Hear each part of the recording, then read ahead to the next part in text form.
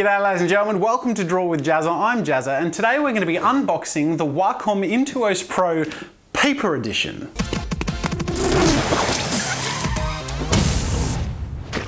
Before we get started, I'm going to give you all a quick pro tip to increase the enjoyment of your unboxings and letter openings. It's even more fun with the help of a Game of Thrones letter opener.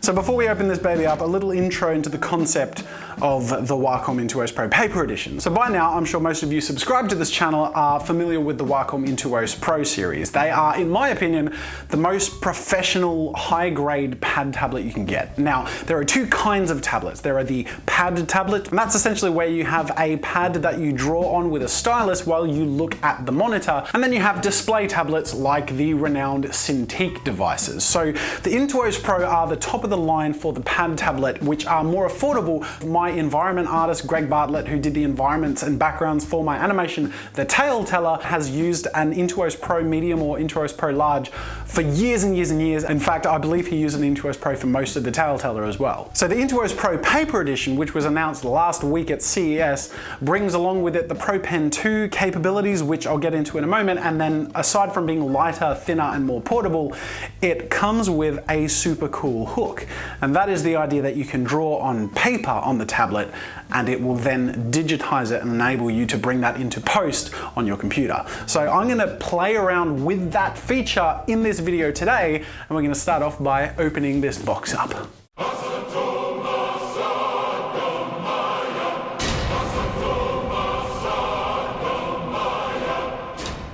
Okay, so I have two compartments here. Let's open up the left compartment first. Okay, so this seems to be some sort of a carry case and some miscellaneous things. What have we got here? Aha! This is the ink pen. I'll just bring over a random piece of paper. This is a pen. It feels like any other pen to me, but I'm sure it's mystical and fabulous.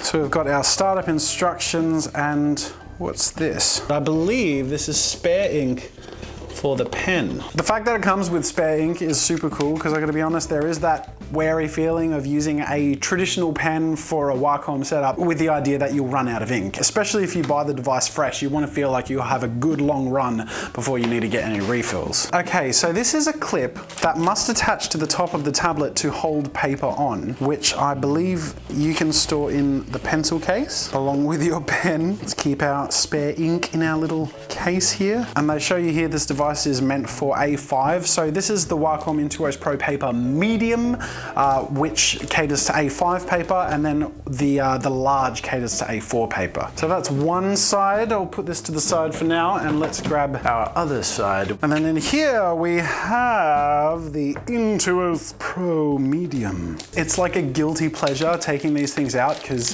they're never going to be this new ever again. Oh man, that's nice. This is like the height of modern pad tablet technology, and it's super sexy. And then we have inside this case the pen, or the stylus, I suppose you'd call it, because we have a separate pen. Now this is the Pro Pen 2, and the Pro Pen 2 technology that Wacom have come out with has over 8,000 levels of pressure sensitivity. So to give you an idea as to what that means, previous Wacom tablets have had a little over 2,000 levels of pressure sensitivity and have felt great.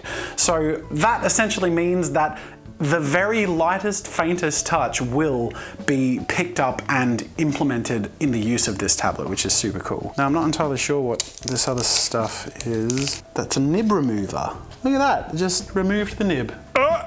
It's a nib holder too. Okay, so aside from coming with extra nibs, it comes with textured nibs, so you can get a different feel if you want it to feel more like a felt pen or something a little more traditional. That's there. What's really nice is they don't need to make this a weighted solid base, but it is, which is cool because aside from being a nice little holder of those little bits and bobs, it's a pen holder and it feels pretty stable and cool. We have our final goodies, a connection USB. Now I believe this is actually wireless, but I'm sure it would also have a charge. So I'm sure you charge via USB. I'm gonna have to take a bit of time to read the instructions and get set up, and we'll actually get to using it and trying out some of these features, which will be really fun. That was the unboxing segment of this video. It's pretty self-explanatory. I opened a box. It's open. But now I'm going to plug all this stuff in, install the drivers, read a bit, and figure out how it works. Then I'm going to show you the process, how it looks to use, how it feels to use, my impressions, and final thoughts.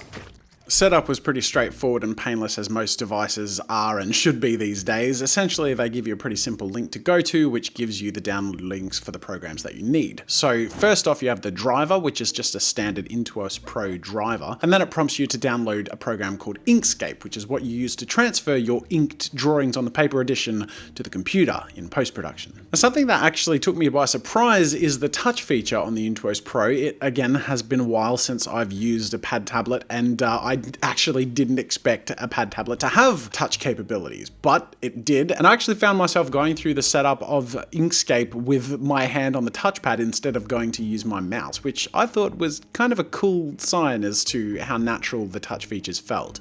Once all the drivers and programs were installed, which took about 4 or 5 minutes, I was pretty much ready to go, and I honestly wanted to immediately start trying out the paper features of the tablet, since I'm pretty familiar with the basics of how digital tablets and pad tablets work.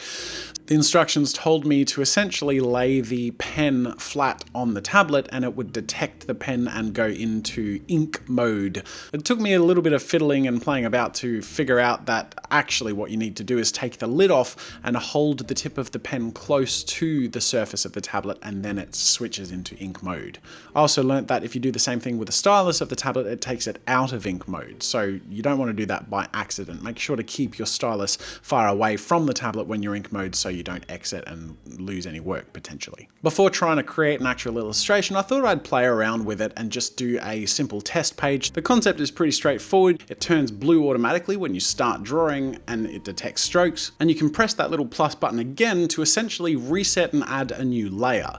You don't lose the line work or art that you've done digitally internally in the tablet, but it does separate the next lot of lines that you draw from the previous ones. When I was finished with my little test page, all I did was open up Inkscape, and immediately the program downloaded the image that I drew in ink on the paper, but all of a sudden it was a digital file. This was all just one layer because I did it as a test and wanted to see how it turned out. There are a bunch of different options you're presented with in Inkscape. You can change and edit a little bit here and there. You can also export to different formats, and the end result, while clean, also exactly replicates your hand. So if you're sloppy or a little bit shaky, that's something to keep in mind. Essentially, if you want a polished result, make sure to have some polished input. So after a bit of testing out the waters, I thought it would be a good time to jump into it and create an illustration using the paper feature. Sketching in pencil on the device felt as natural as it would on any piece of paper, but when it got to the inking part, what was interesting to me is that I had a feeling of safety that I don't often experience when drawing with ink on paper, and that I think is simply due to the fact that I can press a button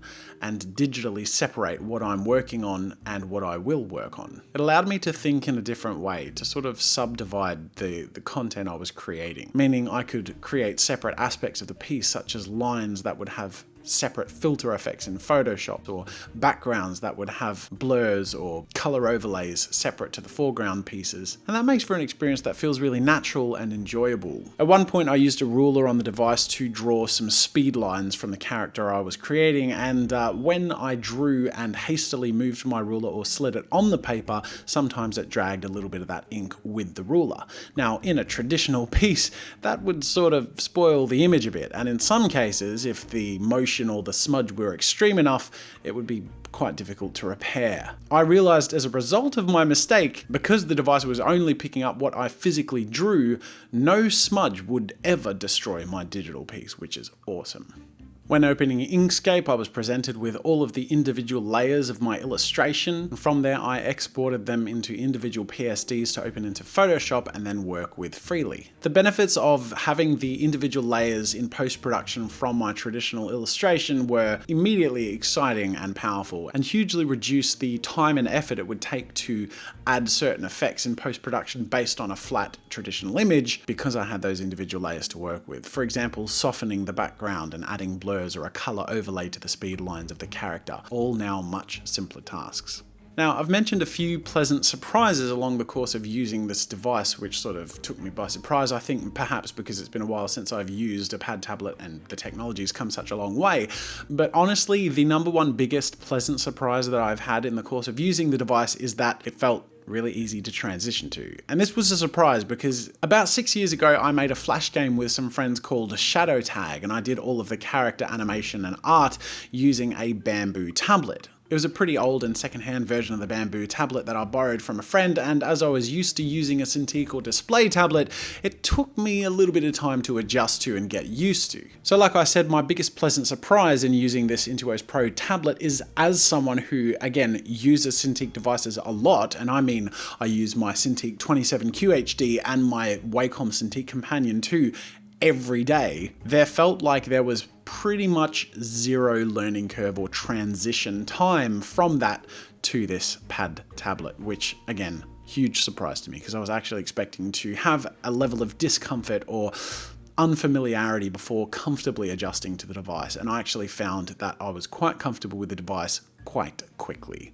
This may not be the case for everyone. For example, anyone who hasn't used a pad tablet before and isn't used to that dissonance of looking at the screen while working on a pad or on your lap. But what it will mean is that the transition and learning curve of becoming familiar with the device will be really low and negated because of how naturally it responds and feels, and because of how ergonomically and comfortably it's designed. Last but not least, this brings me to the Pro Pen 2, which boasts over 8,000 levels of pressure sensitivity, almost 4 times more than other Wacom devices. Now, is this super noticeable? I'm going to be honest, in most cases, not really, simply because the pressure sensitivity on other Wacom devices is really good. But when drawing really faint lines, and in particular when in a sketching sort of mode, what you do notice is that it doesn't feel unnatural, that the device picks up even the lightest of touches, which does make a huge difference. Rather than feeling like a new feature, it more feels like a removal of a barrier.